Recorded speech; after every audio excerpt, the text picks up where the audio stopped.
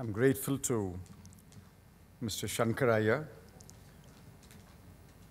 for introducing me as one with the capacity to argue either side of the brief. It takes a thief to catch a thief.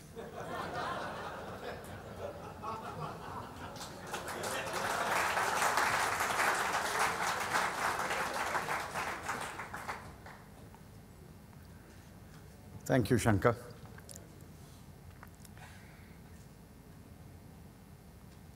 It's a provocative subject. Is politics overtaking the new economy? There are, of course, underlying assumptions, and I think one must be explicit about what one is talking about. What is the new economy? In my view, the new economy for which the doors were opened in 1991 is based on a few fundamental postulates. Firstly, an open and competitive economy. Secondly, adherence to fiscal prudence. Thirdly, promotion of investment in every sector and from as many sources as possible. Fourthly, growth that creates employment opportunities. Fifthly, a growth which is inclusive and embraces all sections of society. There are, of course, some other elements, but I do not wish to make it a very long list. Suffice for my purpose today to emphasize the need for an open and competitive economy, adherence to fiscal prudence, job-creating growth, inclusive growth, and promotion of investment. And of course, many believe that 9% growth and 9.2% growth is despite government.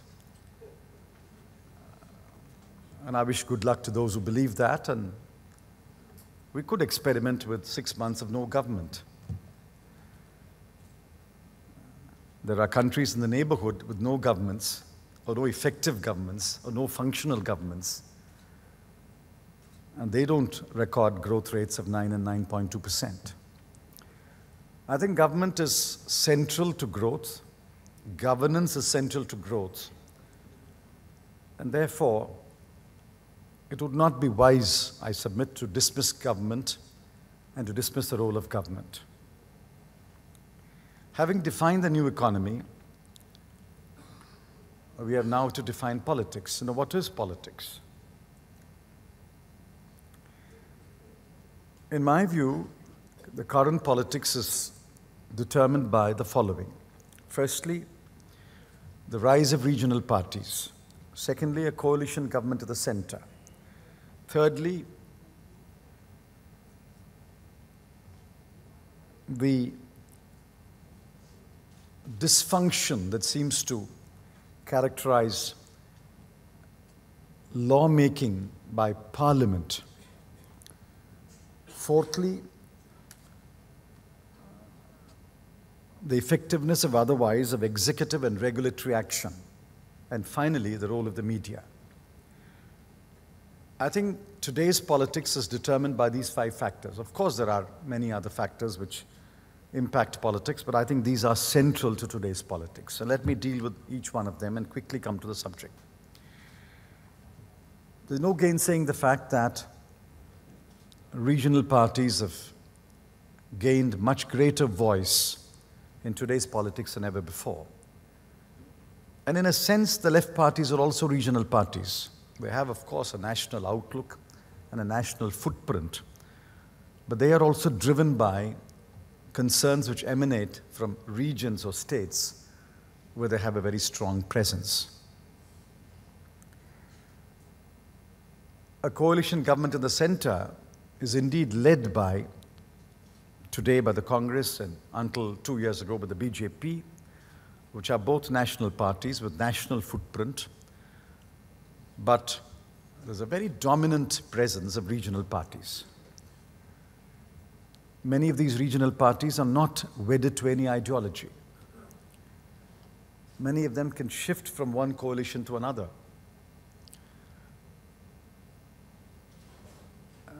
What is the common characteristics of all regional parties is they are very strongly driven by state interest or regional interest. In most cases, the interest of the state in which they have roots and which they have sway.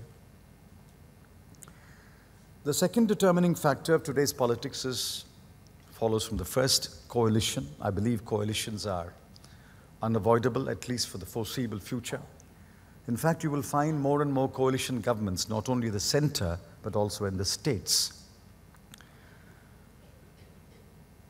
People are unwilling to trust absolute power to any one political party. Therefore, the politics of coalition must be understood, and we must be able to work the politics of coalitions. Thirdly, the dysfunctional role of Parliament.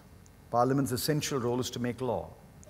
But Parliament makes few laws these days. And the few laws that it makes amidst chaos. The appropriation bill is passed without debate. The vote on account is taken without debate. An amendment to the banking laws was made without debate. One of the most far-reaching tax reforms, in fact, the most far-reaching tax reforms undertaken in 80 years, the phase-out of CST, was done without any debate. The dysfunctional status of Parliament is something we should worry about. Then what is the role of Parliament? If it doesn't make legislation, if it doesn't debate legislation, if it doesn't deliberate upon laws, then what is the role of Parliament? Is Parliament merely becoming a debating society? And a debate which takes place amidst din and bustle, and the product is more noise than light.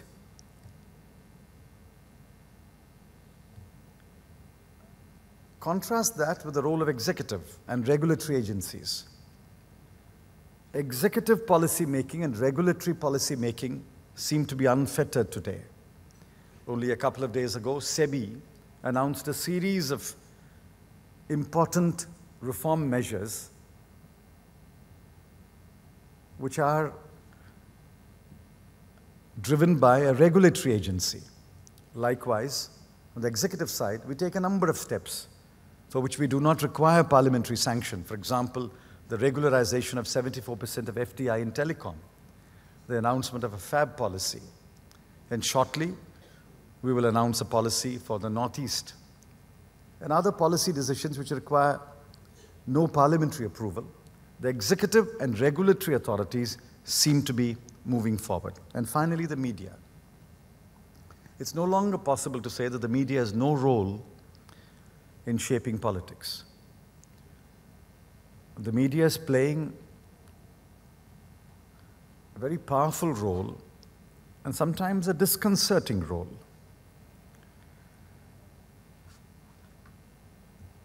If pricing power returns to any section of industry, it brings to that industry also advertising power. It also brings to that industry lobbying power. And the media, many of them today, corporates themselves, are inclined to play a very influential role in shaping policies, especially economic policy. And if you believe India Today, the last issue, not the one that came out yesterday, but the one that came out a week ago, if you believe, and I'm quoting India Today, even editorial space can be commercialized. Now, these are the elements which determine politics, and as I've defined the new economy, the question is politics overtaking the new economy? My answer is, the politics shaped by these forces has clearly overshadowed economic reforms. As one put in a position to carry out economic reforms, I do not say that we are overwhelmed or that we feel that we have been defeated. But clearly, the new politics has overshadowed the new economy.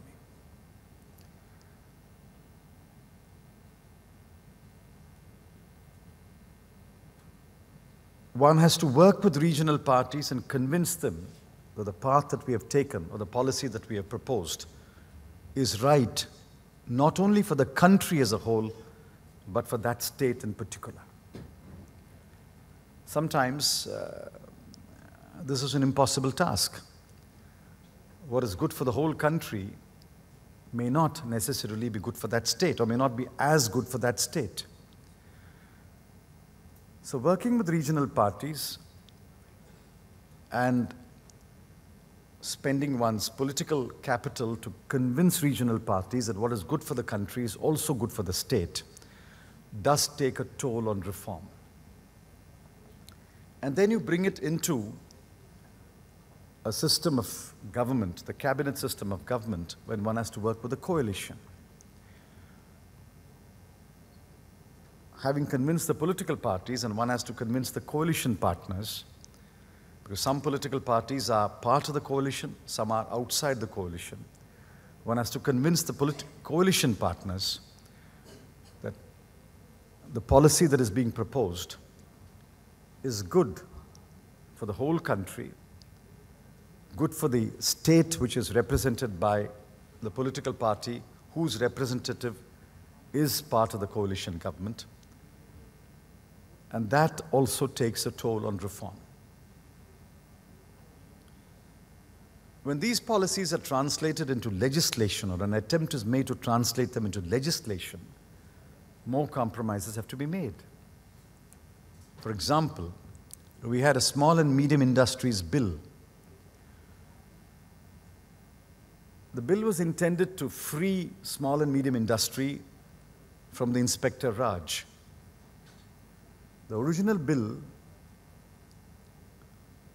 removed from the scope of many laws, many intrusive laws, small and medium industries. In fact, if the original bill had been passed into law,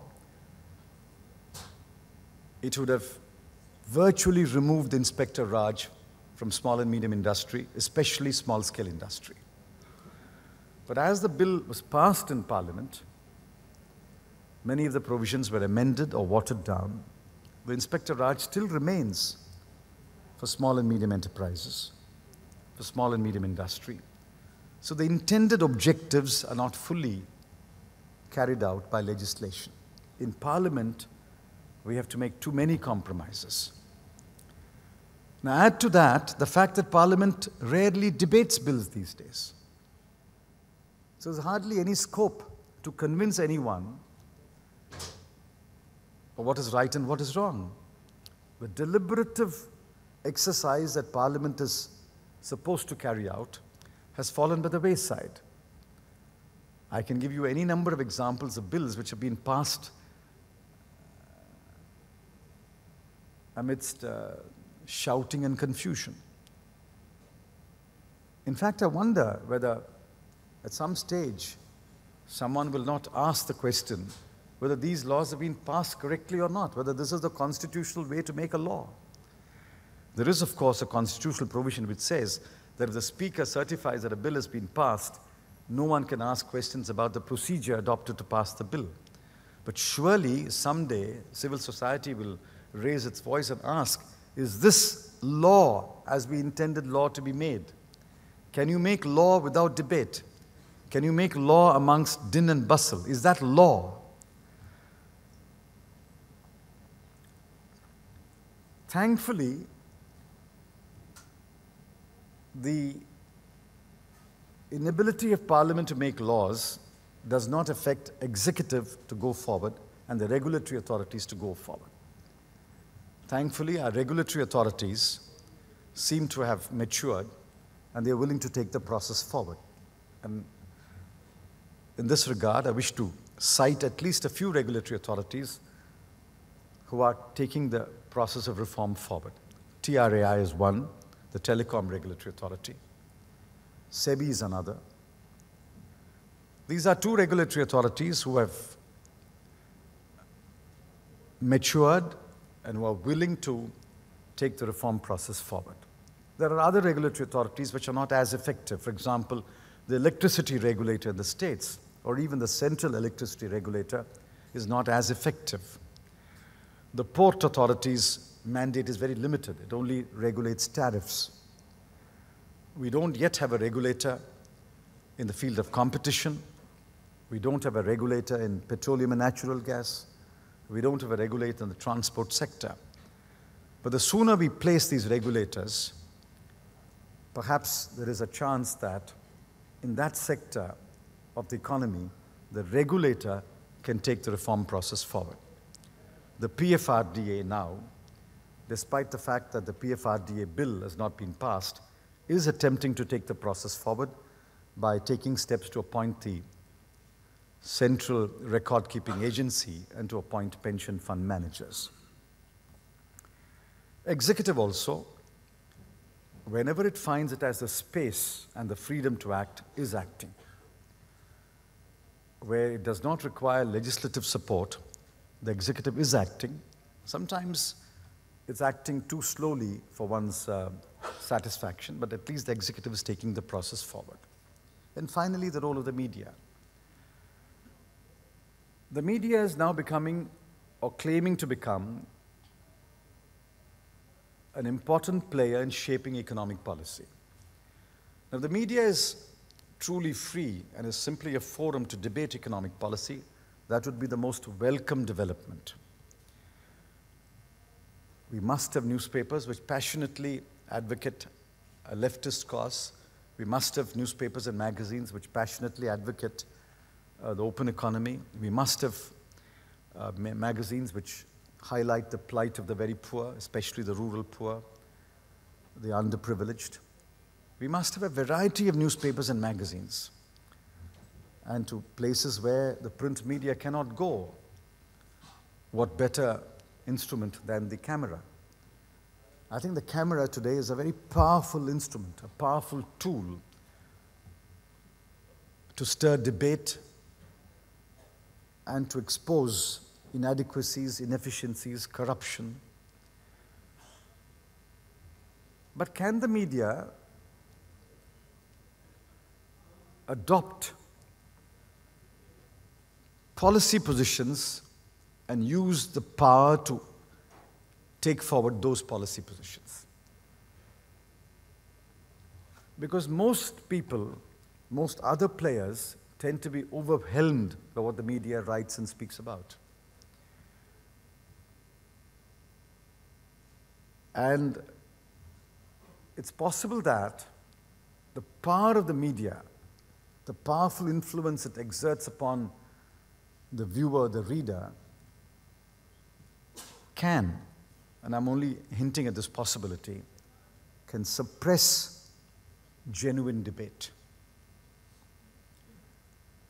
I think it's important that the media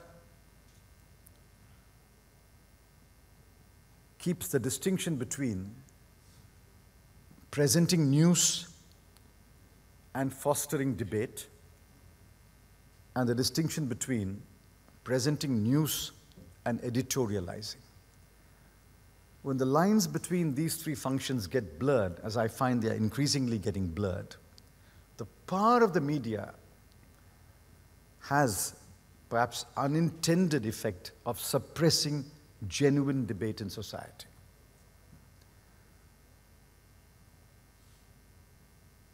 It has also perhaps the unintended effect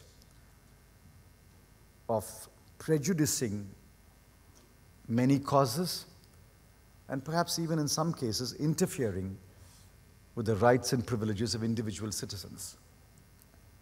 For example, a media overkill on a crime can virtually pronounce a person guilty or innocent. I think the media must recognize its power and must therefore voluntarily place limitations on how it presents news, how it fosters debate, and how it will take a position in the editorial columns. Now, taking all this together, has the new politics overtaken the new economy? Well, thankfully not. If it did, we would not have 9% growth.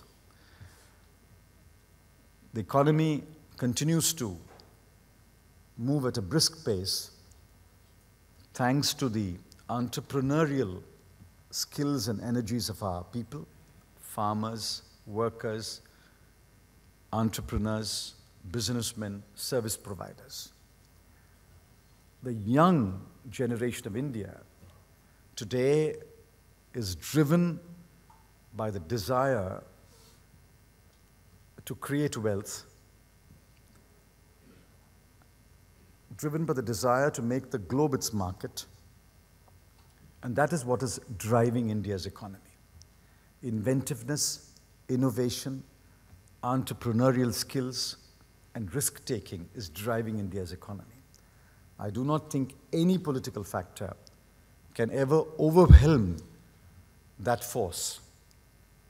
It sometimes can overshadow that force, but I don't believe it can at any time overwhelm or overtake that force. The force that is driving India is young India, the entrepreneurial spirit of India, the inventiveness and innovation of our young men and women and our business persons and service providers.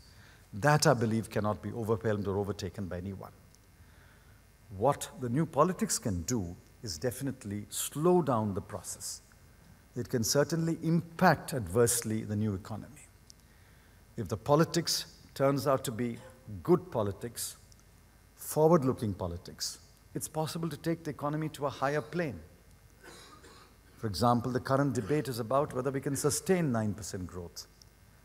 I'm convinced that if good politics supports good economic theory, it's possible to raise the level of growth to 10% and more. Our growth is today stunted by the fact that our politics is not serving the purposes of growth. Yes, sometimes it puts a check on governmental callousness or governmental neglect of sections of society. That's a welcome check. That's a function which politics must play if we neglect the physically challenged, if we neglect women, if we neglect the tribal people, if we neglect the scheduled castes, if we neglect those who do not even have a patch of land. Surely politics must command us to pay attention to those sectors. That is the functional role of politics. But the dysfunctional role of politics is to impact growth by either wrong policies or holding back the right policies. Today we are in a junction where, while I would say that the check on governmental neglect and governmental inefficiency and governmental callousness is a welcome check, politics is not supportive of good economics which can drive India's growth rate to a level higher than the 9% growth rate that we seem to enjoy today. The 9% growth rate must be sustained, must be raised to 10%. That would require good politics. That would require forward-looking politics. That would require our regional parties to acquire a national outlook. That would require coalition partners to make compromises, give up on ideological positions and make compromises so that policies can be taken forward. That would require Parliament to make laws, pass the laws which are pending for months and years. That would require the executive to be proactive and not abdicate its role and responsibilities in favor of any other organ. That would require regulatory agencies to mature very quickly. And that would also require the media to understand and therefore place voluntary limitations on its enormous power. End of the day, of course, I'm confident that eventually the new economy will triumph, and the forces that are driving the new economy will indeed triumph. Thank you.